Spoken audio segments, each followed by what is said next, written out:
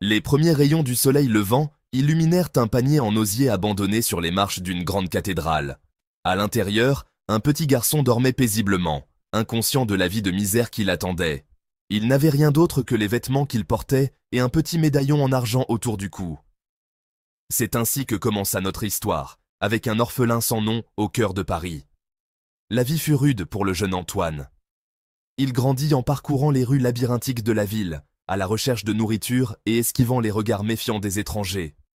Les autres enfants des rues devinrent sa famille, leur lutte commune forgeant un lien indéfectible. Mais Antoine possédait un esprit que les épreuves ne pouvaient éteindre. La grandeur imposante de Notre-Dame contrastait fortement avec la dure réalité de la vie d'Antoine. Il passait ses journées à esquiver les marchands et à charmer les touristes pour quelques francs. Il apprit à lire dans des journaux abandonnés, dévorant chaque mot avec une soif insatiable de savoir. Son refuge était la bibliothèque publique, un sanctuaire de chaleur et de savoir au milieu de la ville impitoyable. Par un après-midi pluvieux, cherchant refuge dans les archives poussiéreuses de la bibliothèque, Antoine tomba sur un volume oublié. Ses pages chuchotaient des histoires oubliées, de pirates et de trésors cachés. Une vieille carte, dessinée avec soin, glissa hors du livre, ses bords fragiles avec le temps. La carte devint l'obsession secrète d'Antoine. Il passait chaque moment libre à étudier ses marques délavées, mémorisant chaque détour. Le bibliothécaire, un vieil homme bienveillant, nommé Monsieur Dubois, remarqua la fascination d'Antoine. Intrigué par la soif de connaissance du garçon, il partagea ses propres connaissances sur les origines de la carte. Monsieur Dubois pensait que la carte appartenait à un riche marchand disparu des siècles auparavant, dont la rumeur disait qu'il avait caché sa fortune avant sa disparition. Beaucoup avaient cherché, mais le trésor restait insaisissable, une simple légende murmurée à voix basse. Antoine écoutait attentivement, son cœur battant à la fois d'excitation et d'appréhension. Il savait au fond de lui que c'était sa chance, son opportunité d'échapper aux griffes de la pauvreté et de se créer un nouveau destin. La quête d'Antoine le conduisit au petit village de Chantilly, un lieu chargé d'histoire et enveloppé d'une brume éthérée. La carte indiquait que le trésor était caché quelque part dans les ruines du château de Montmorency, une forteresse autrefois majestueuse, désormais reprise par la nature. Alors qu'il approchait des murs en ruine, un sentiment d'anticipation, lourd et électrique, flottait dans l'air.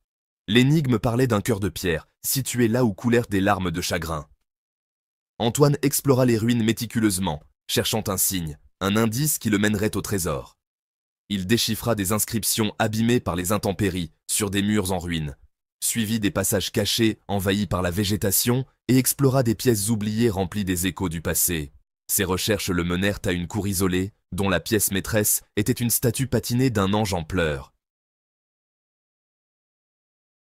Les jours se transformèrent en semaines, alors qu'Antoine fouillait sans relâche le parc du château. Chaque recoin, chaque ombre, chaque pierre retournait dans l'espoir de trouver ce qu'il cherchait. Il brava les éléments, endura la faim et l'épuisement, mais sa détermination ne faiblit jamais. La pluie, le vent et le froid ne pouvaient pas éteindre la flamme de sa quête. Il savait qu'il était proche, il pouvait le sentir au plus profond de lui. Chaque pas le rapprochait un peu plus de la vérité qu'il cherchait depuis si longtemps. L'inscription sur la statue de l'ange parlait d'un passage caché révélé par le contact de la lumière de la lune. Ces mots résonnaient dans son esprit, une énigme à résoudre. Alors que la nuit tombait, projetant de longues ombres sur les ruines, Antoine attendit. Le silence de la nuit était seulement brisé par le murmure du vent. Il regarda la lune baigner la cour de sa lueur argentée, illuminant une petite indentation presque imperceptible sur la joue tachée de larmes de l'ange. C'était le signe qu'il attendait. Son cœur battait à tout rompre lorsqu'il tendit la main et la pressa contre la pierre froide. Le contact était glacial, mais il ne recula pas. Dans un grondement sourd, une partie du mur derrière la statue commença à se rétracter, révélant un escalier sombre et étroit menant dans les profondeurs de la terre. L'air était lourd de mystère. C'était le moment. L'heure de vérité.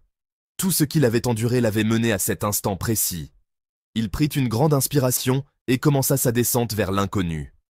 Chaque pas résonnait comme un écho de son courage et de sa détermination. L'air devint lourd et humide à mesure qu'Antoine descendait dans les profondeurs de la terre. L'odeur de moisi du temps flottait dans l'air, témoignage des secrets cachés dans les entrailles du château. L'escalier étroit débouchait sur une vaste salle souterraine, ses murs bordés de torches vacillantes qui projetaient à d'étranges ombres dansantes. Et là, au centre de la salle, se trouvait un spectacle qui coupa le souffle à Antoine. Des coffres débordèrent de pièces d'or, leur surface scintillant à la lumière vacillante des torches. Des bijoux précieux brillaient d'un éclat invitant à l'intérieur de boîtes doublées de velours. Des artefacts anciens, leur surface gravée d'histoires oubliées, reposaient sur des étagères poussiéreuses. Antoine resta là un instant, figé d'incrédulité. Le trésor, la fortune légendaire qui avait semblé si lointaine, si impossible, était maintenant devant lui. En explorant la salle, Antoine réalisa que la véritable valeur de sa découverte ne résidait pas seulement dans la richesse matérielle, mais aussi dans la signification historique des artefacts. Chaque objet racontait une histoire qui avait été oubliée par le temps. Il trouva d'anciens manuscrits détaillant des chapitres perdus de l'histoire de France, des récits qui dévoilèrent des secrets et des mystères longtemps enfouis. Des tapisseries exquises représentant des scènes de la vie de cour, chaque fil tissé avec soin pour capturer l'essence de l'époque. Et des œuvres d'art d'une valeur inestimable que l'on croyait perdues à jamais. Des chefs-d'œuvre qui témoignaient du génie artistique de leurs créateurs. Parmi les trésors, Antoine découvrit un petit journal intime relié en cuir, un objet personnel qui semblait contenir des secrets intimes.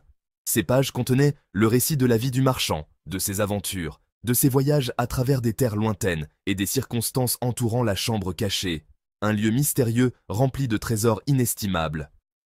Il apprit que le marchand avait été un mécène des arts et des sciences, un homme de vision et de passion, un visionnaire qui croyait au savoir et à la beauté par-dessus tout, un homme dont l'héritage devait être préservé. À ce moment-là, Antoine comprit le véritable poids de son héritage, une responsabilité qu'il ne prenait pas à la légère.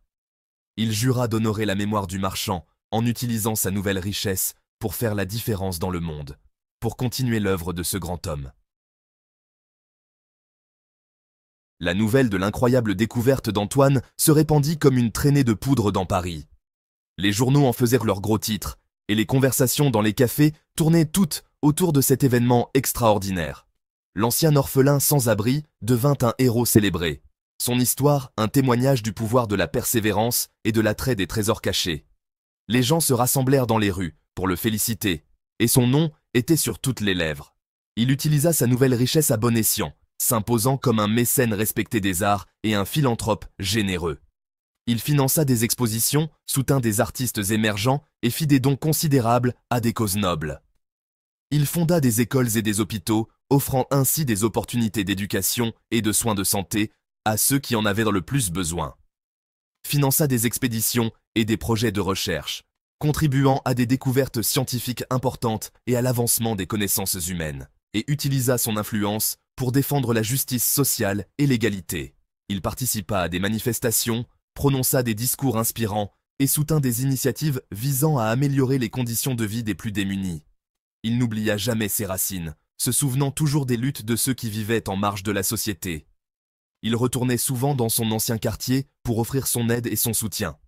Il créa des refuges pour les sans-abri, leur offrant un toit et un espoir de jours meilleurs. Fournit des repas aux affamés, veillant à ce que personne ne soit laissé pour compte. Et offrit des opportunités d'une vie meilleure à ceux qui avaient été défavorisés par le destin. Il mit en place des programmes de formation professionnelle et distribua des bourses d'études. L'histoire d'Antoine devint un symbole d'espoir, un rappel que même dans les temps les plus sombres, les rêves peuvent se réaliser. Son parcours inspirait des foules, montrant que tout est possible avec de la détermination. Son parcours de la pauvreté à la prospérité captiva l'imagination du monde entier, inspirant d'innombrables personnes à poursuivre leurs propres rêves. Les médias internationaux relayèrent son histoire, touchant des cœurs aux quatre coins du globe.